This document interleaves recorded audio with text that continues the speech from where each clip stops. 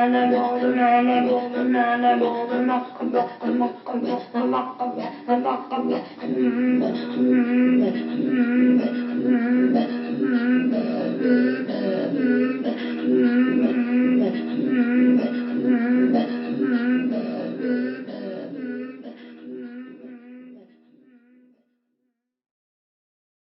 y a très longtemps que je m'intéresse au théâtre, depuis assez jeune, depuis l'âge de 15 ans. J'avais rencontré le théâtre de Beckett, de Ionesco, mais aussi progressivement, il y a deux dramaturges qui m'ont marqué. C'est Ibsen et c'est Pirandello. Et puis, bon, je sais pas, j'ai la chance d'habiter une ville où il y a plein de théâtres, Lyon, où il y a le Théâtre National Populaire, et je vais chaque année au Festival d'Avignon, et puis aussi au Brésil. J'ai rencontré ce qu'on appelle Teatro di Oprimido, le théâtre de l'opprimé d'Augusto Boal, qui est un théâtre politique dans la veine brechtienne. Et chaque fois que je vais au Japon, je vais au théâtre No, au théâtre Kabuki. Donc c'est plus que des préoccupations, c'est une nécessité. Alors surtout, elle est devenue très forte en période de Covid, en période de confinement, où c'était possible de voir toutes les images du monde, mais on était submergé par les images. Il y a quelque chose il y a quelque chose que ne peut pas, quelque chose que fait le théâtre, le spectacle vivant, que ne fait pas que ne procure pas le cinéma. Je distingue pas bien. Il faut les distinguer, le théâtre et la danse, parce qu'aujourd'hui c'est profondément imbriqué.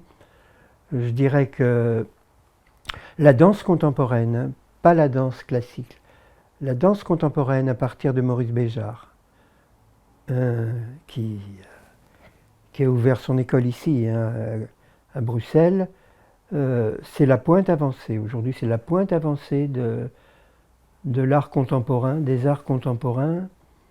Euh, c'est quelque chose qui est initié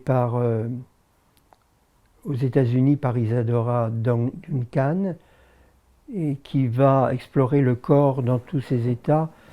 Ce que je dirais de la danse contemporaine, alors je pense aussi bien à Prejo Cage, aux compagnies de la danse Gaga en Israël, au travail de Anne-Theresa de Kersmaker à Bruxelles. Et il y a à la fois un souci de pensée sociale et politique, montrer le chaos, montrer l'état du monde qui va vers le chaos, comme le fait une chorégraphe comme Maggie Marin, et montrer également le lien qui est susceptible de se reformer à travers les liaisons entre les danseurs. Je vais parler plutôt du cinéma, mais non, je vais parler plutôt du théâtre, mais parce que dans le théâtre il y a la danse, il y a un art, une forme d'art qui n'existait pas avant le 19e siècle, la fin du 19e siècle, qui est l'art de la mise en scène. Et puis il y a la musique. Et dans le théâtre, il y a une tension entre le texte et le geste. Il y a une tension entre le texte et le corps. La mise en scène d'un texte consiste dans le passage de ce texte dans le corps de l'acteur. L'acteur, c'est celui qui incorpore un texte en lui donnant du souffle. Et le théâtre, c'est ça. C'est une énergie d'incorporation et d'extériorisation qui transmet au spectateur une onde, une vibration, laquelle n'est pas seulement donner à écouter, mais donner à voir. Et c'est l'étymologie du mot théâtre, ça veut dire en grec le lieu d'où l'on voit. Le théâtre, il est pas fait pour être lu, mais il est fait pour être vu. C'est ce que Valère Novarina appelle saisir la parole par la vue. Donc il y a des auteurs ou il y a des metteurs en scène qui vont mettre plutôt l'accent sur le texte, il y en a qui vont le mettre plutôt sur le geste, mais c'est une totalité. Le texte n'est qu'un élément, et ce qui compte, c'est une rythmique, une intonation, c'est le corps en mouvement dans une architecture scénique. Et là, aujourd'hui, il y a vraiment une innovation. Alors, je vais essayer de resserrer ce que je vais dire pour dire pourquoi il y a quelque chose d'unique dans l'énergie théâtrale. C'est que nous assistons à une œuvre physique en train de se faire, qui est éphémère. À la permanence du film ou du texte écrit s'oppose l'impermanence des arts de la scène. C'est éphémère, c'est fragile, c'est risqué. Beaucoup plus que dans le cinéma. Dans le cinéma, l'acteur, il peut répéter, on peut couper. Au théâtre, on ne peut pas faire ça. Mais je voudrais mettre en évidence deux éléments qui est le présent, la présence, et le rapport au réel. Le présent, la présence, la danse, le théâtre, le concert, c'est pas des arts isolés, comme dit Didier Huberman. Nous pouvons être seuls devant un tableau dans un musée. Nous sommes seuls en train de lire un livre ou d'écouter de la musique, de voir un film. Le théâtre n'existe que lorsque l'on est ensemble. Hein? Il y a un lien dans le rapport entre la scène et le rapport entre la scène et la salle. C'est pas du tout le rapport entre soi-même et l'écran. C'est un rapport vivant. Et donc j'en viens la deuxième dimension qui est le réel, c'est aussi bien la danse que le théâtre, le spectacle vivant, ce sont l'un des rares espaces-temps d'une rencontre réelle. Et à l'heure de la communication à distance, des médias, des multimédias, les arts de la scène permettent de ne pas nous laisser happer par le virtuel, de revenir au réel. Nous sommes en présence d'acteurs, de danseurs réels, et non pas d'images. Ce à quoi nous assistons n'est pas virtuel,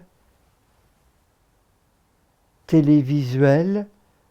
Et je crois qu'il y a là un espace-temps de résistance à une tendance de notre époque qui est la dématérialisation. L'écran, c'est une surface plane, ce n'est pas la scène.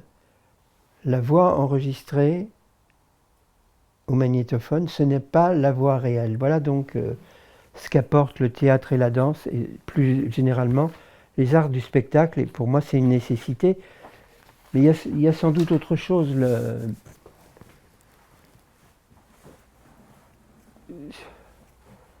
Moi, j'ai eu l'occasion de rencontrer quelqu'un qui a beaucoup marqué la sociologie, qui est Jean Duvigneau, tu vois. Je l'ai rencontré au Brésil plusieurs fois.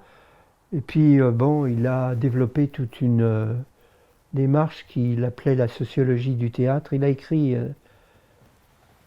cette phrase-là qui me semble intéressante. Il a écrit « Le théâtre commence lorsque les dieux disparaissent ». C'est là quelque chose qui commence à Athènes. Ça concerne vraiment les conflits entre les humains et le rapport au politique. Il y a un lien au politique dans le théâtre et dans la danse qui peut être plus intense que dans le cinéma. Donc vous voyez, c'est pourquoi, tu vois, ça me paraît non pas, non pas du tout comme un divertissement ou une illustration, mais comme une nécessité, en tout cas une dimension de l'existence. Hein, le fait d'être ensemble, le fait de revenir au réel, vraiment. Et puis, c'est là que se joue une partie de l'expérimentation artistique qui est, je peux le noter, plus forte dans la chorégraphie que dans le théâtre. La danse contemporaine, elle est en avance. Un peu comme les rituels finalement. Ah oui, bien entendu. Bien entendu qu'il y a une dimension rituelle. Il y a tu vois ce que c'est le théâtre de Ariane Mnouchkine, quoi, qui a établi sa compagnie à la Cartoucherie de Vincennes, près de Paris. Elle dit aux acteurs, vous ne pouvez pas rentrer en scène comme vous allez à la salle de bain. Il faut se préparer et tu sais très bien que quand on va au théâtre, c'est pas, tu rentres pas au théâtre comme tu rentres dans une salle de cinéma. Il y a un temps de recueillement, donc il y a une dimension rituelle que Peter Brook a appelé théâtre sacré. Il y a un lien au sacré, il y a un lien au pouvoir, mais bien sûr, il y a aussi du jeu, il y a aussi